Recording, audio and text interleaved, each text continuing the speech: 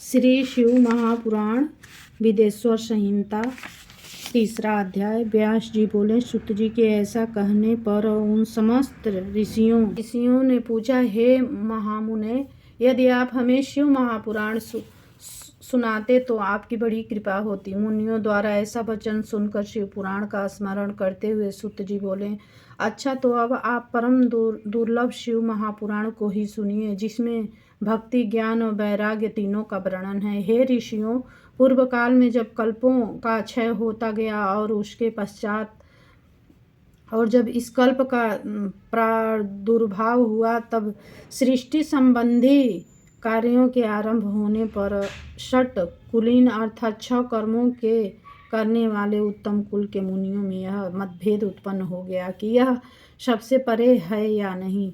तब इससे निर्णय के लिए वे लोग ब्रह्मा जी के पास गए। ब्रह्मा जी ने कहा, जो सबसे पूर्व उत्पन्न हुआ, जिसमें मन वाणी की कोई गति नहीं और जिसमें ब्रह्मा विष्णु रुद्र इंद्रादिक महाभूतों और इंद्रियों आदि से युक्त सारे जगत की उत्पत्ति है, वही सबसे परे है। वह सर्वज्ञ जगदीश्वर शिव है, जो परम भक्ति से दिखाई पड़ते हैं तथा रुद्रादि सभी देवता जिनके दर्शन की अभिलाषा रखते हैं। अधिक क्या कहूँ, शिव जी की भक्ति और भक्ति से ही उनके प्रसाद की प्राप्ति होती है, जैसे बीज से अंकुर और अंकुर से बीज की उत्पत्ति होती है। अतः हे ब्राह्मणों, आप लोग महादेवी का प्रसाद पाने के हेतु 1000 वर्ष का दीर्घ यज्ञ करें, जिसमें शिव की कृपा से आपको साध्य और साधना का ज्ञान होगा। इस पर मुनियों ने पूछा, हे भगवान, यह साध्य और साधना क्या है? ब्रह्मा जी बोले, साध्य शिव पद है और साधना उनकी सेवा है, परंतु इसके लिए साधना को सर्वथा ही निष्प्रिय होना चाहिए। जब इस प्रकार वेद विधि ने भगवान शिव की आराधना होती है, तब परमेश्वर पद की प्राप्त हो जाती है। इस संबंध में स्वयं शिव ने भी कई निर्देश दिए हैं। कानों से सुनना, वाणी से कहना और मन से मनन करना भी एक महान साधना है, क्योंकि हे महेश्वर सर्वथा ही सुनने, कीर्तन करने और मनन करने योग्य हैं। इसीलिए साध्य तक पहुँचना हो तो साधना में जुट जाना आवश्यक है। प्रत्यक्ष का ही विश्वास होता है, अतः बुद्धिमान को चाहिए कि पहले गुरु के श्रीमुख से श्रवण कर कीर्तन और मनन द्वारा शिव योग को प्राप्त होवे। संभव है कि साधन में पहले तो कुछ क्लेश प्रतीत हो, परंतु अंत में आनंद ही प्राप्त होता है। विदेश्वर संहिता का चौथा अध्याय।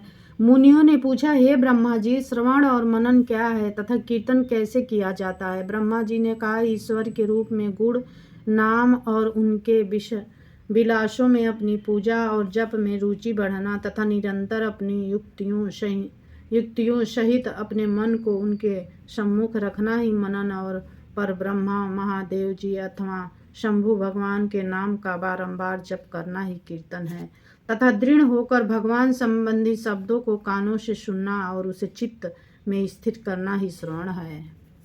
जब सत्संग में बैठकर भगवान श्री महादेव जी की कृपा से श्रवण और कीर्तन कर लें, तब उसका मनन करें, और वही सर्वोत्तम मनन है, जिससे आत्मा पवित्र हो जाती है। सुत जी बोले, हे मुनीश्वरों, मैं साधना संबंधी एक प्राचीन इतिहास आप लोगों को सुनाता हूँ। एक समय सरस्वती नदी के तट पर मेरे गुरु पराशर पुत्र वेद व्यास जी तप कर रहे थे, तो सनत कुमार जी ने उनके निकट आकर उनसे पूछा, हे भगवान, शिव जी तो प्रत्यक्ष सबके सहायक हैं, फिर आप ऐसा तप क्यों कर रहे हैं? व्यास जी ने उत्तर दिया, मुक्ति के लिए। इस पर सनत कुमार जी ने कहा, अवश्य पहले मुझे भी ऐसा ही भ्रम हुआ था और मंदराचल पर्वत पर जाकर तप करने लगा था, परंतु दयालु शिव जी की आज्ञा से नंदिकेश्वर ने आकर मुझे यह बतलाया कि शिव जी के श्रवण, कीर्तन और मनन से मुक्ति प्राप्त हो जाती है।